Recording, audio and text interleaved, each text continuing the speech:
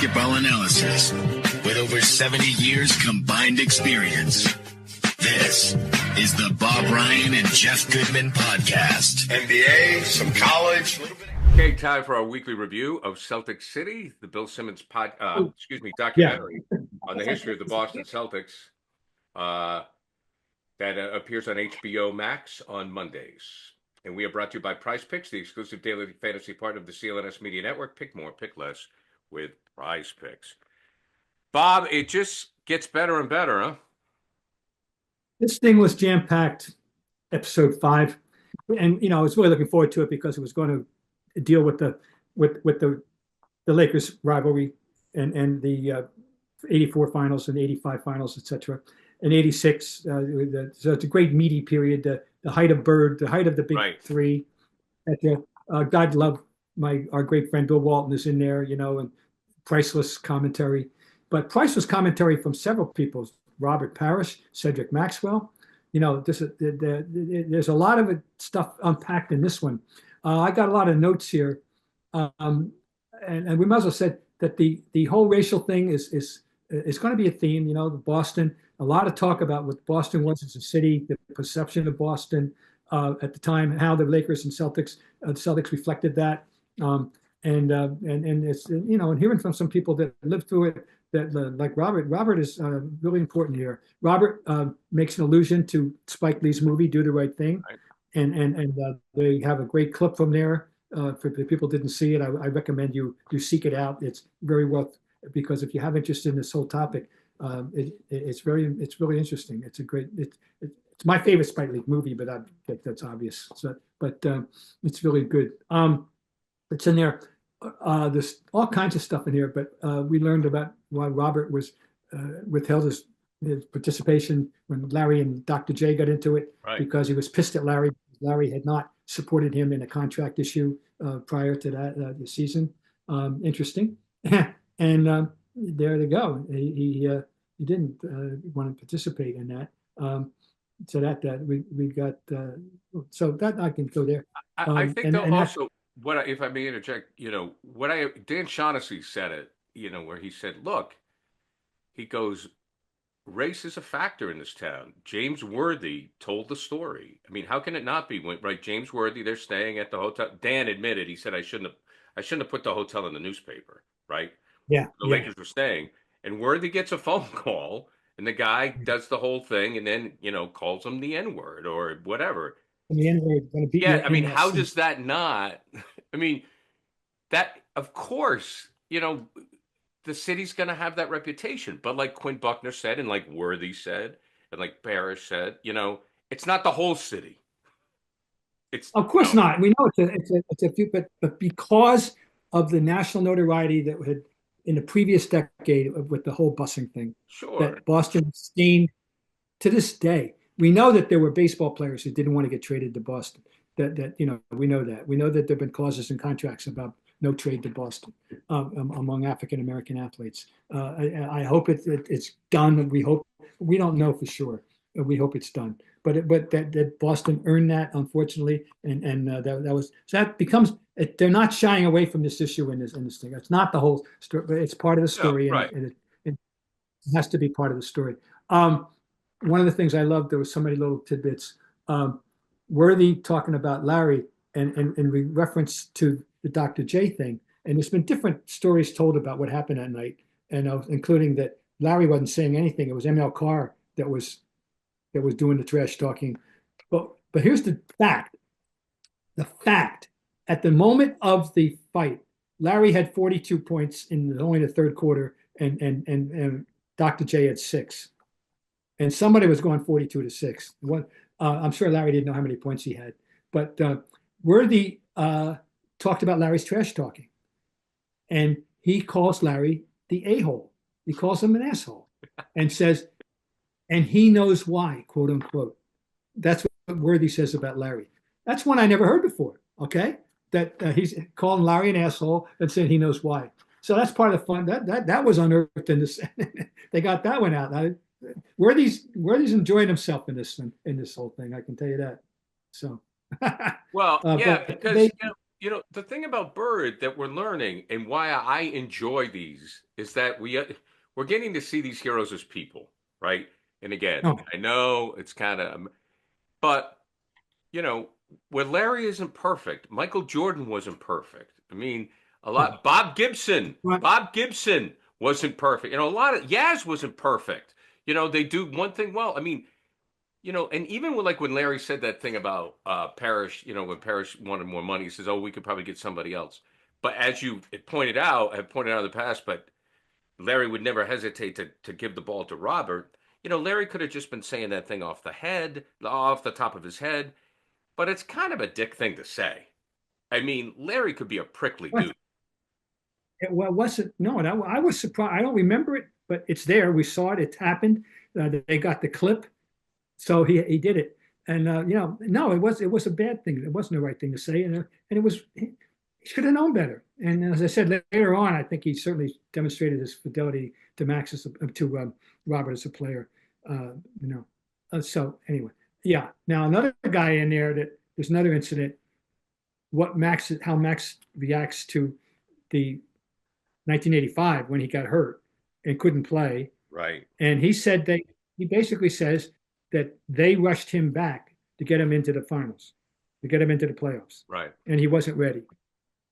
And he referenced something that I'm responsible for, which is Larry saying that Max didn't want to play for them anymore. And I said that, and I'm the one, I was at Larry's house in French Lick, Indiana, to do a story on his younger brother, Eddie, who was then in high school. And I wanted to do a story on the younger brother and what it's like to be Eddie Bird, and how good he is, but what it's like to be him and all that. And I was in Larry's house talking to his mom, and he called up to say hi to Mom, a Saturday afternoon. I'll never forget it. And Larry and I got talking, and he said, and I quote, "Bob, Max doesn't want to play for us anymore," unquote, which I have reported over the years. Max, of course, refutes this in the doc, naturally. I mean, I'm just saying, Max said, "No, that's not true." And he was really wounded by the trade when he was traded. He was, right. Max really was. And of course, Max is forever associated with the Celtics. And as you may have pointed out in time, it's nice that the younger generation who only know Max as a color commentator, have to be reminded how important role Max plays in Celtic history. The numbers up there. Let's remember that. His numbers up there, and rightfully so. And he was the MVP in the '81 finals. I voted for him. People think I didn't vote for him, by the way, but I did. They would at the time. People thought I was suck up to Larry that I wouldn't vote for Max. So I did. Believe me, he deserved it. His game 5 saved that series. And by the way, Max had a huge game 5 to get 28, and that was a 2-2 coming home. Very always an important game in the 7-game series.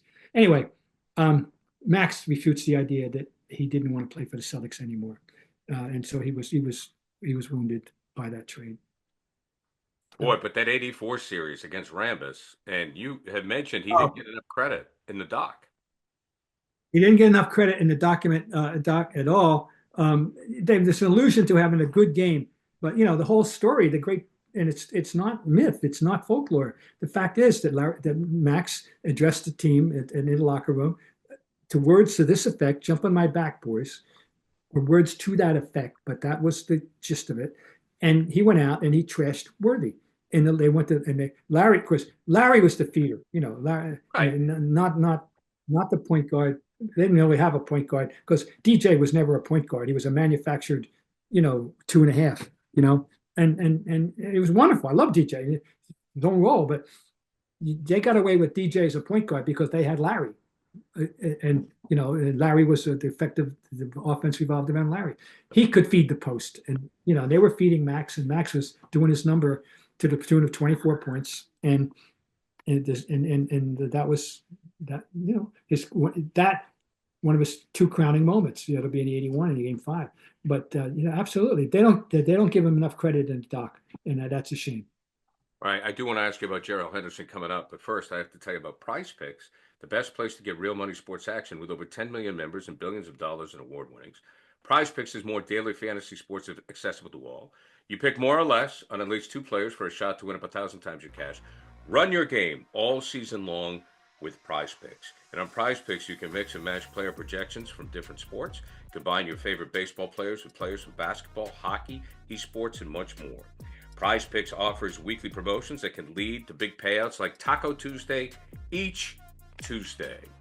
So, what's going to happen this week on PrizePicks? Aaron Judge, more or less than a couple home runs, or Julio Rodriguez, 2 or more stolen bases. And the second half of the basketball season is here. The push to the playoffs is heating up on PrizePicks. It is the best place to cash in on your favorite sports, and it's simple, more or less. Download the app today. Use code CLNS to get $50 instantly after you play your first $5 lineup. Download the app today. Use code CLNS to get $50 instantly after you play your first $5 lineup. PrizePicks, run your game. Okay, what went through your mind when Gerald Henderson was traded? Came out of nowhere. Right. And came out of nowhere at the time. Stunned. And couldn't project how it could work out. That the Sonics would finish badly enough that the Celtics would wind up with a number 2 pick in the draft. I guess it was done with that in mind. I wasn't at that point when that was done. I wasn't on the beat yet. I came back in '86. That was earlier. Well, that was '85, '86. I don't know. It was what? Well, I wasn't. I don't think I was on the beat yet. But anyway, I was stunned. That's all. And I love Gerald, and we all love Gerald. But it turned out to be an incredibly prescient thing. Leading into the whole bias thing, which which is a whole other story, and how the doc ends. A couple of points so that's the story there. Before we get to the doc at the end, just a couple of points that I think I want to make here. Backing up, the McHale-Parish deal in the draft day in '80. Right. Okay, and the great quote, and they got read on camera saying it, and I quote read, "This is the first draft I was smiling before the draft." That he knew he was going to get bias. He knew the 76ers were going to take Brad Daugherty, right, or the Cleveland, or whatever. And he was going to get bias, and he was over the moon about getting bias.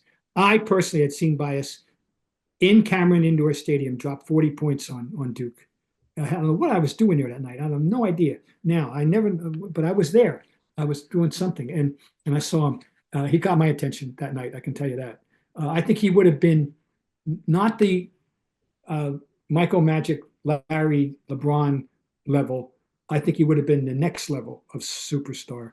I call the worthy level. James Worthy. He would have been made the All-Star game every year, going to go to the Hall of Fame. Perennial All-Star, no question. Okay, so that's one thing I loved. There was a Red saying, "This is the first draft I was smiling before the draft," and that's pretty good. The other thing, Game 6 in '86, and of course we got a quote from Danny about '86, by the way, and he says, "As special a team as there's ever been in the NBA." That's Danny recently saying that about, for the benefit of the doc, about that team. Okay, and that's interesting, but there's a reference to Game 6. You can't exaggerate how great Larry was that day. It's not like they're gargantuan numbers. It was a triple double, but the impact, Gary, he was never more impactful in defense. He seemed to be everywhere. He was everywhere. He was anticipating passing lanes. He even got a jump ball on Olajuwon. How the hell did he do that? He stole the tap. I don't know, but he did. I mean, he was never more omniscient omnipresent, should I say, than he was that day in the '80s. If you want to see how basketball can be played by a human being in every phase of the game and affect it, then you want to get '86 Game 6 Larry Bird. I don't care. You can talk about Michael. You can talk about Magic. You can talk about LeBron. You can talk about any non-center, including Jokic right now, and they didn't play the game any better than Larry Bird played on that Game 6 in '86. That's my contention. Are you able to give an opinion or make a call on the '86 team if they had played the Lakers in the finals? Yeah, I think they would. Well, I mean, I think the greatest series that never was the '86 Celtics against the '87 Lakers. Oh. And the '87 Lakers were great, but the '87 Celtics didn't have Walton. Right. the 87 Lakers did have Kupchak. And that's the greatest series pre 3-point shot. The series I want to see that one, but the one I really want to see in my afterlife is the 86 Celtics against the best Warriors team, whichever one they want to call the best Warriors team. Yeah. And because of and I say this, the Celtics could shoot the three. The Warriors, who's going to guard McHale? Not you, Draymond. I got news for you. Right. By the way, I got a tidbit. Where is it? Oh, damn it. I'll save it for future reference. There you go. But that's a tease. I got a Warriors tidbit that they're going to love in Golden State. Do you when did Larry start to have back issues? Or Larry, elbow back. Was that 80? 80. No, even earlier, I think. Maybe 86, 87. No, no. December of 87 is when he got in a great shape, best shape he'd ever been in. Right, I remember. He had the haircut. He lost like 20 pounds. Yeah, best shape he'd ever been in. But it somewhere in the late 80s, and then of course he had the heel. He missed almost the whole season, and it was always something. Now after a while, this last 4 years where is he healthy enough? And what drove him crazy was when he was out and he couldn't practice. He loved it. He thought practice was very important. None of that Allen Iverson stuff. He really loved to practice and thought it was very, very, very, very important, and that really impacted him. Other than yourself being in this series, what is your favorite part of it? Oh, well, how about that? I'll tell you, it was, some really fun people. The personalities, the people that we are seeing express themselves and having their say. Like Spencer Hayward was terrific, and of course anything with Walton. Robert, I love having Robert involved. I'm really enjoying Robert, and I love Max, because Max has talked to me anyways. But I love the fact that Max getting a lot of FaceTime. I love the fact that Robert's getting a lot of FaceTime. You mentioned this before. Quinn Buckner's unbelievable. Oh, well, he's wonderful. He's so smart. He's the guy Larry Bird looked up to tremendously, and absolutely.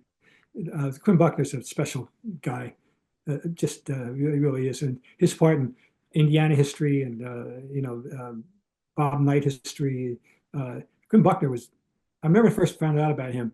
Celtics were playing in Chicago, and he got a award. He was a two-sport. He was a very good high school defensive back, and he was a great high school football player, an All-American high school. So they gave him an award, the best local high school athlete. That's the first time I heard of this kid, Quinn Buckner. But anyway, yeah, he's well worth hearing from.